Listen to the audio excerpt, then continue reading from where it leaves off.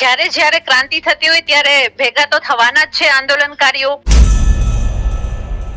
અને સરકારને ધ્યાને મૂકવું પડે તો પણ મૂકી શકીએ.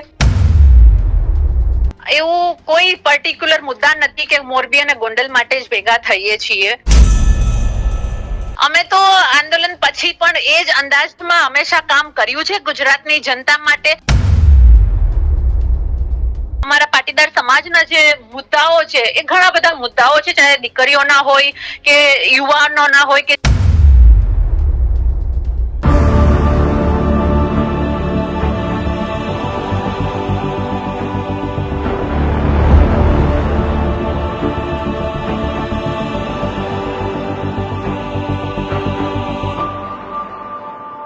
પાટીદાર સમાજના મહિલા અગ્રણી રેશમાબેન પટેલ આપણી સાથે જોડાયા. સીધી વાત તેમની સાથે કરીશું.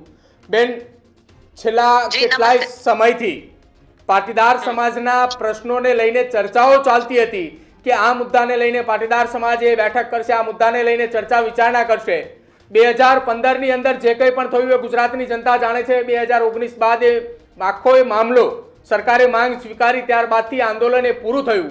હવે એ 5-6 વર્ષ બાદ ફરી એકવાર ગાંધીનગરમાં એ જ પાટીદાર સમાજના લડવૈયા, એ જ પાટીદાર સમાજના આગેવાનો એક થઈ રહ્યા છે. નવા જૂનીના મૂડની અંદર જોવા મળી રહ્યા છે પાટીદારો ફરી એકવાર.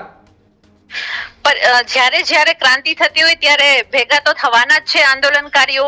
અને વાત આવે છે આંદોલનકારીઓ આટલા વર્ષ પછી ભેગા થાય છે, તો હું એમાં થોડુંક કરેક્શન એ કરાવીશ કે દરેક આંદોલનકારીઓ પોતપોતાના પક્ષમાં ને પોતપોતાના વિસ્તારમાં હંમેશા સક્રિય રહેલા છે. વાત અમારી એક થઈ અને સમાજના જે મુદ્દાઓ છે, અને માત્ર સમાજના જ નહીં, સમાજની સાથે અન્ય સમાજના પણ જે મુદ્દાઓ છે, કારણ કે સ્વાભાવિક છે કે કોઈ પણ મુદ્દો હશે તો એ દરેક સમાજને અફેક્ટેડ હશે. તો અમે આ દરેક મુદ્દાઓને લઈને ચિંતન શિબિર માટે ભેગા થવાના છીએ.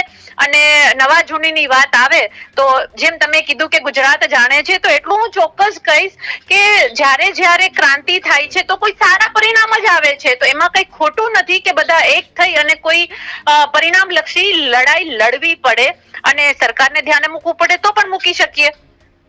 રેશમાબેન, મોરબી અને ગોંડલ મુદ્દે ખાસ ચર્ચા માટેનું આ મંથન મળી રહ્યું એવી ચર્ચાઓ પાટીદાર સમાજના એ સોશિયલ મીડિયાની અંદર અત્યારે ખૂબ ચર્ચાઈ રહ્યું છે.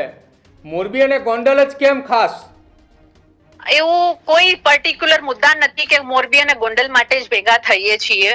અમે કહ્યું કે દરેક સમાજના, અમારા પાટીદાર સમાજના જે મુદ્દાઓ છે એ ઘણા બધા મુદ્દાઓ છે, ચાહે દીકરીઓના હોય કે યુવાનોના હોય કે જે યુવાનો આજે પૈસા અને બેરોજગારી એના કારણે સુસાઇડ કરી રહ્યા છે, ગેમ્બલિંગમાં જાય છે, કરજો થઈ જાય છે. તો ઘણા બધા મુદ્દાઓ છે. તો આ બધા મુદ્દાઓને લઈને અમે કાર્ય કરવાના છે. પર્ટિક્યુલર કોઈ વિસ્તારની વાત નથી. હા, એ વિસ્તારમાં પણ ક્યાંક અન્યાય જેવું હશે, ક્યાં એવું લાગશે કે નહીં અહીંયા બોલવાની જરૂર છે, અહીંયા એક્શન લેવાની જરૂર છે, તો ચોક્કસ એ દિશામાં પણ અમે આગળ વધીશું.